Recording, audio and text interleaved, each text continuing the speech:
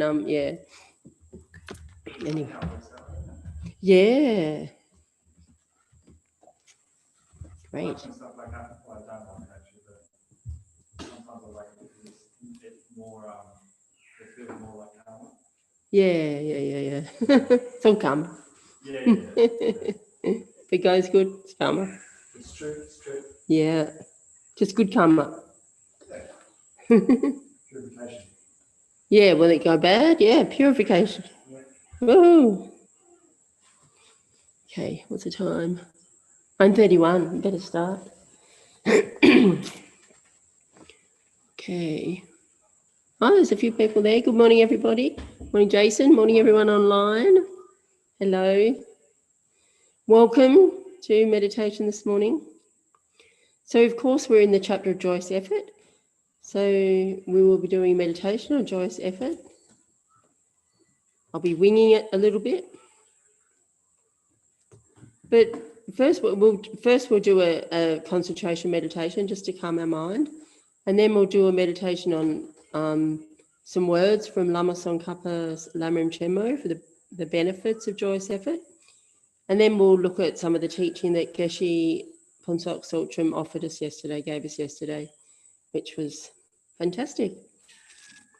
Okay, so just ensuring that we're sitting in a position suitable for meditation. The body in a appropriate position so that the mind can meditate. Because of course it's the mind that needs to do the work. You kind of let go of the body. So sitting cross-legged or on a chair, feet on the floor, hands in meditation mudra in your lap, tongue resting against the back of the top teeth, shoulders back straight, shoulders level, eyes gently closed or slightly open.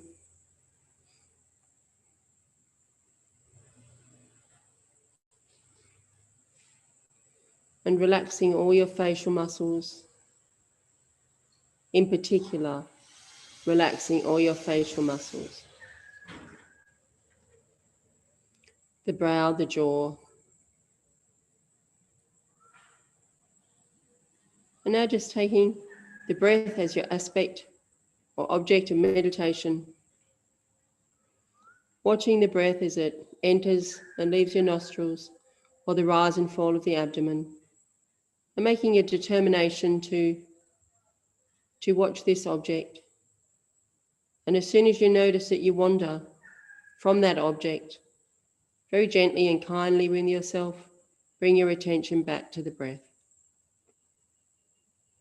So we'll just engage in this meditation for a few minutes.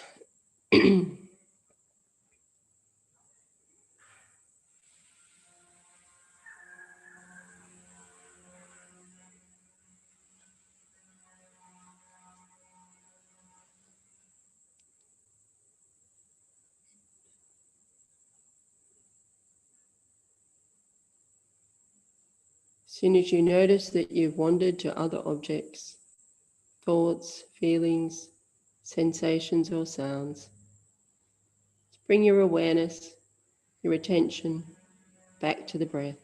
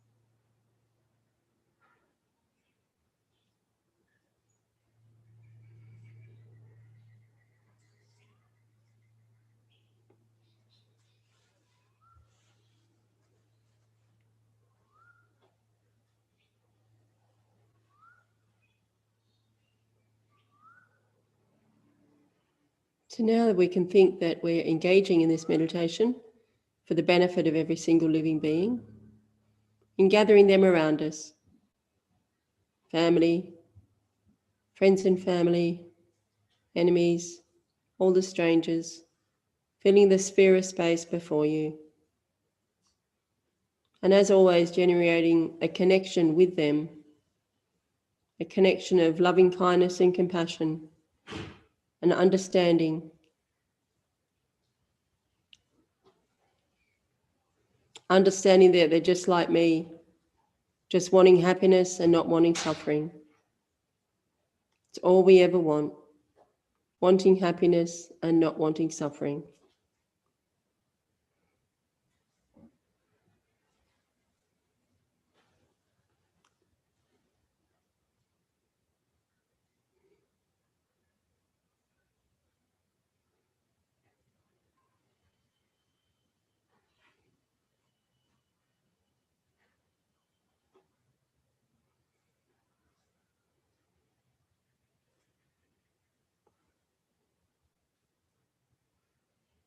So developing that heartfelt loving kindness and understanding for all their sufferings. I'm wishing to free them from all those sufferings and lead them to an ultimate state, the state of liberation and enlightenment. And in order to do this, I myself must attain enlightenment, liberation and enlightenment myself.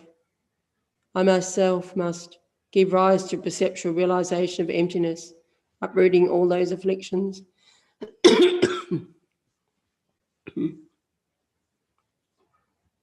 And then ultimately teaching emptiness to others. This is how they free themselves of knowing phenomena.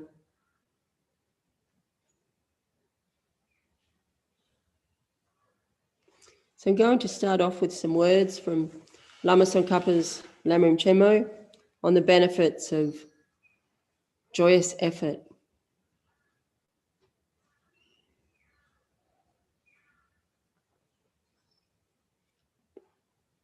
So what is joyous perseverance or joyous effort? Lama Tsongkhapa says, when you have focused upon something virtuous, joyous effort is enthusiasm for it.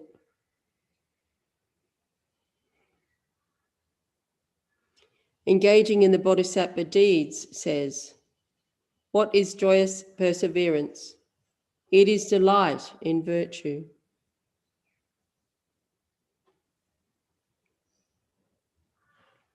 So feeling that joy in your heart, amazing, pervasive joyousness for your own virtues,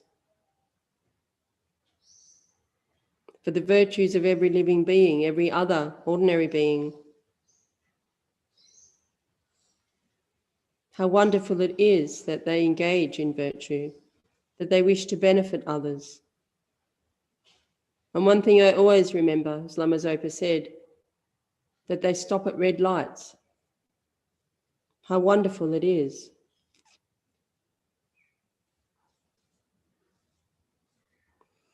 And rejoicing in the virtue of all the bodhisattvas, the ordinary bodhisattvas, the superior bodhisattvas. What great effort they've put in to give rise to an uncontrived mind of enlightenment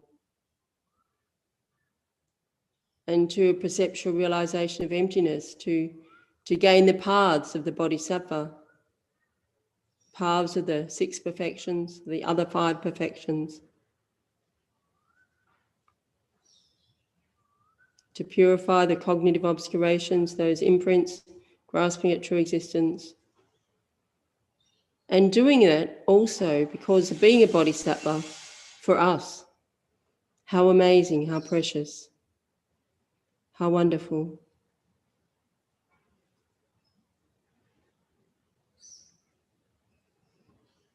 And all the Buddhas, wow, how amazing that they've achieved the ultimate state, full enlightenment. This is the state we ourselves wish to attain.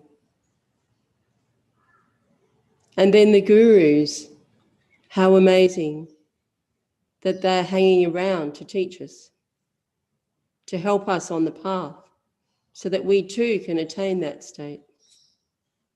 How wonderful it is.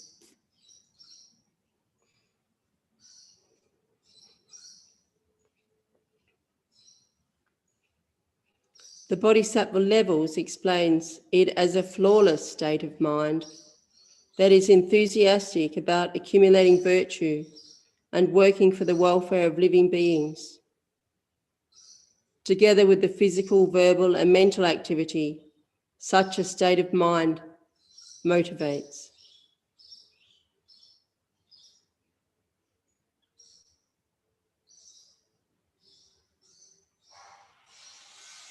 Just generate that joyous effort in your mind, the joyous effort of listening to teachings, of reflecting on what you've heard, studying in depth, merging the teachings with your mind, and then meditating to gain realizations, all with the motivation benefiting others. May I do this for all living beings. Foremost in your mind, bodhicitta.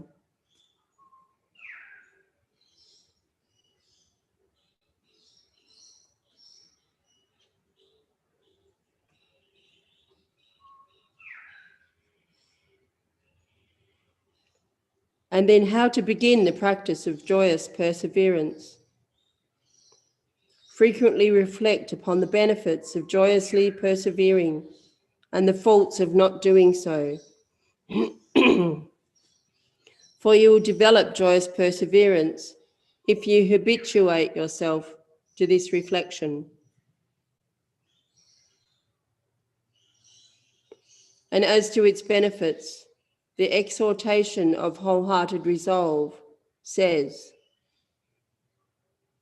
always rely upon noble, joyous perseverance, which clears away all suffering and darkness.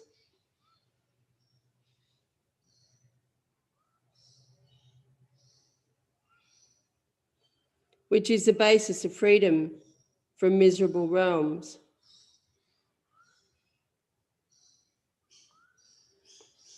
And which is praised by all the Buddhas.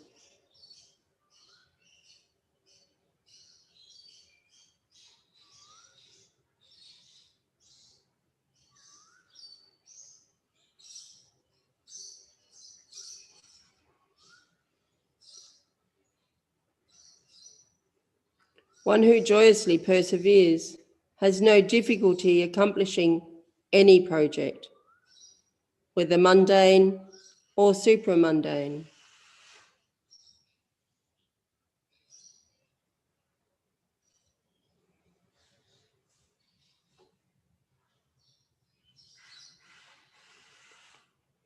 Who among the learned is disheartened by joyous perseverance?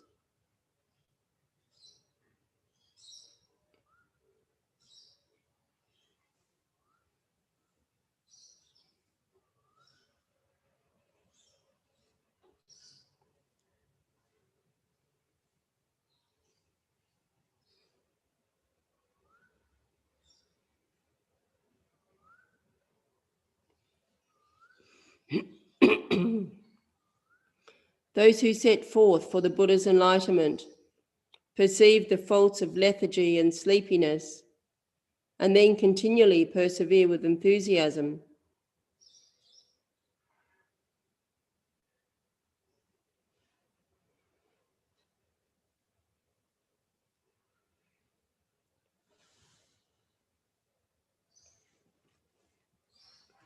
The ornament for the Mahayana Sutras says, joyous perseverance is supreme among virtues. Based on it, you subsequently attain the rest.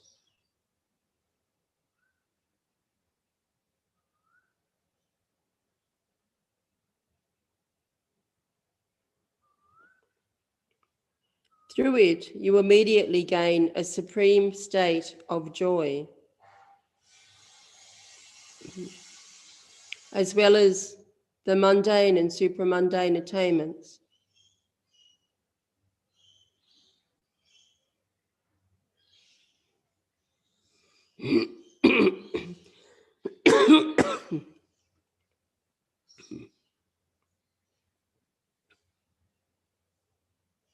With joyous perseverance, you attain the pleasures desired in life,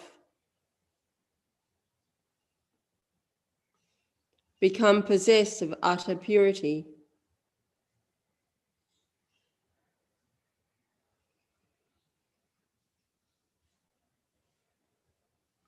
are liberated, transcending the view, the perishing aggregates,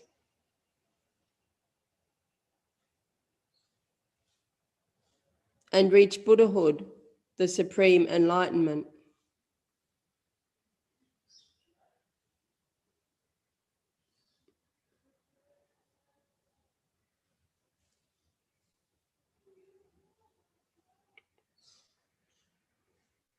One who has joyous perseverance is not brought down by prosperity, afflictions, discouragement, or petty attainments.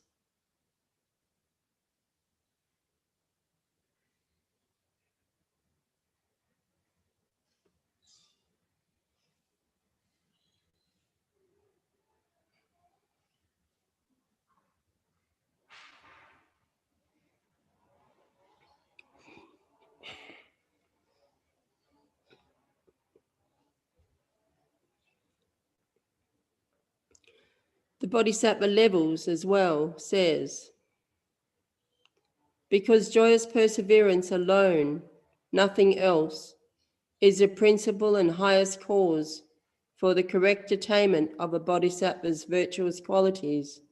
The Tathagatas have pointed it out, declaring, joyous perseverance is what brings about the attainment of unsurpassed, perfect enlightenment.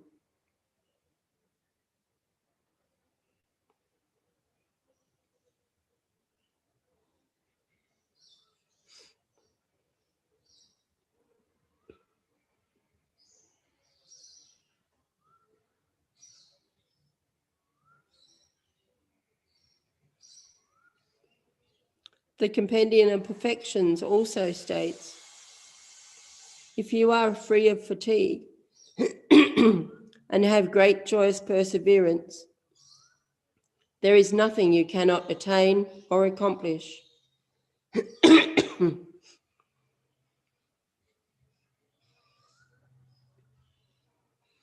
There are a few more verses, but I'll just leave that part there for now.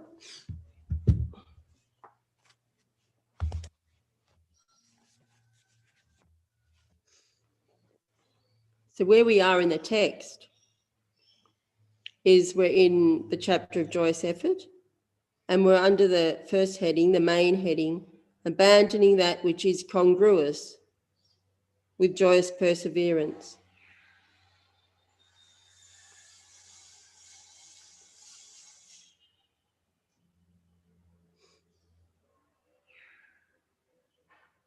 And the first under that heading is abandoning laziness by reflecting on the disadvantages of it in this life.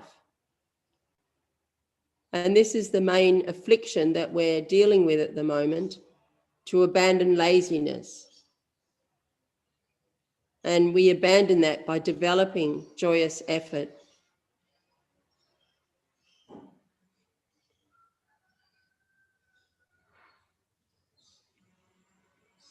Laziness is a big downfall that Dharma practitioners can experience. The second main heading under that is abandoning the laziness that clings to unwholesome activities, which is where we actually are now. And also within that, the third heading, we're also covering this at the moment, abandoning the laziness that is disheartened about virtue.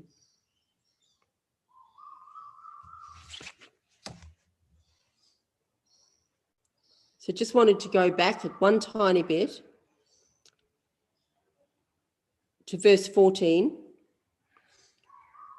which implores one to pursue the methods by which one may become liberated from suffering. And I'll read the verse from the Bodhisattva's Way of Life. Relying upon the human boat, free yourself from the great river of suffering.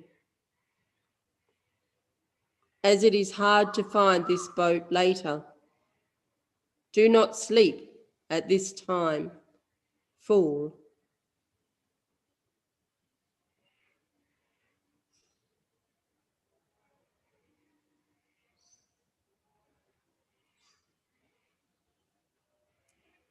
So Shantideva is taunting us for falling into the laziness of sleep, the ignoble activity of sleep,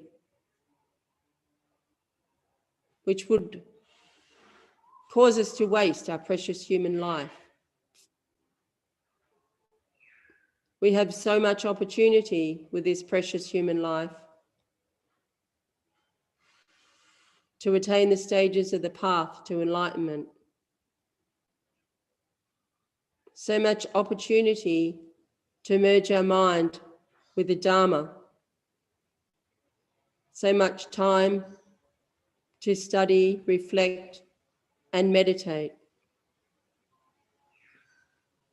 to generate virtuous qualities.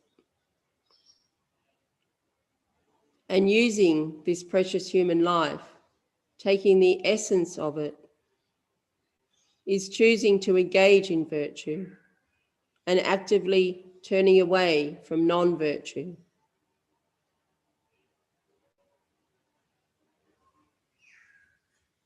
So, in relying on this human boat of this body and mind, we are able to free ourselves from the great river of suffering, all the tormenting sufferings of psychic existence that arise one after the other without abating.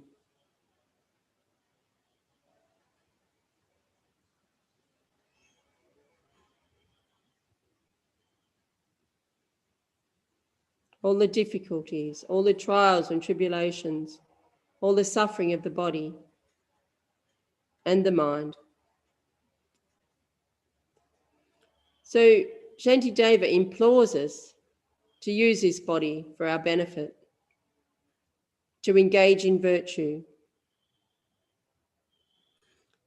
And the next verse, verse 15, which we covered yesterday, having rejected the supreme joy of the sacred Dharma, that is an infinite cause of joy.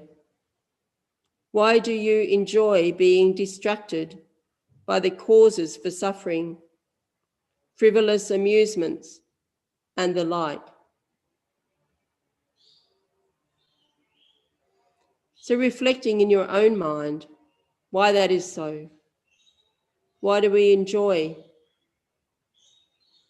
to engage in activities that are not congruent with the Dharma?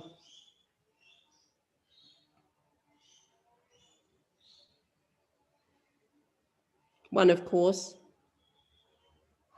the laziness of sleep, which we've mentioned, the laziness of putting oneself down, of not thinking, of thinking that you're incapable of attaining realizations, which of course we are. We are capable to do that because we have Buddha nature, this emptiness of the mind, which means that all the afflictive emotions, ignorance, attachment, hatred and anger, all the others arising from that base of ignorance, They are all adventitious, and they can all be removed from our continuum.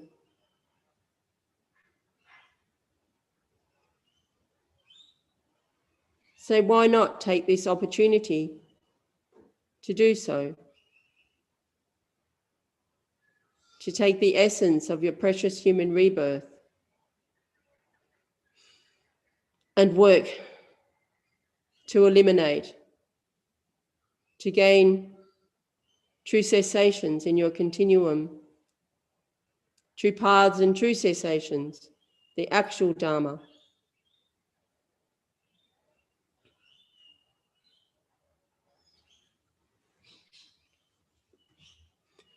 So at all times, striving to give up these ignoble activities of laziness,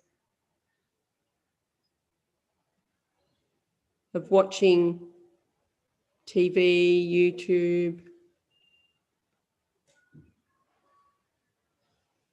of engaging in idle gossip,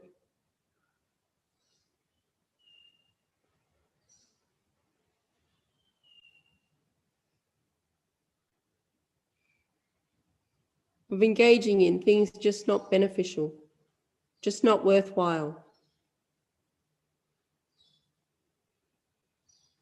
So make a determination right now to give up these ignoble activities and strive in the Dharma, to strive in realization, to strive in a mind wishing to benefit others, to only benefit others, in wishing to lead them to enlightenment by ourselves alone. So gathering together all the merit that we've accumulated from engaging in this meditation,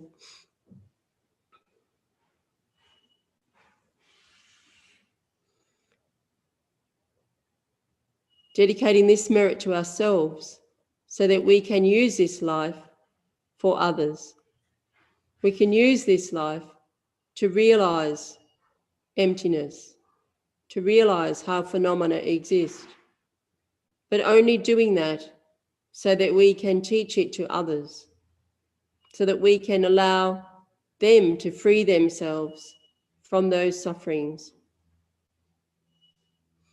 May we do this. May we lead every single living being to the state of enlightenment by ourselves alone.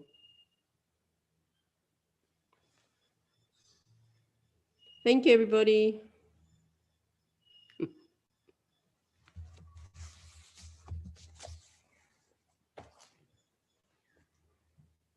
Okay.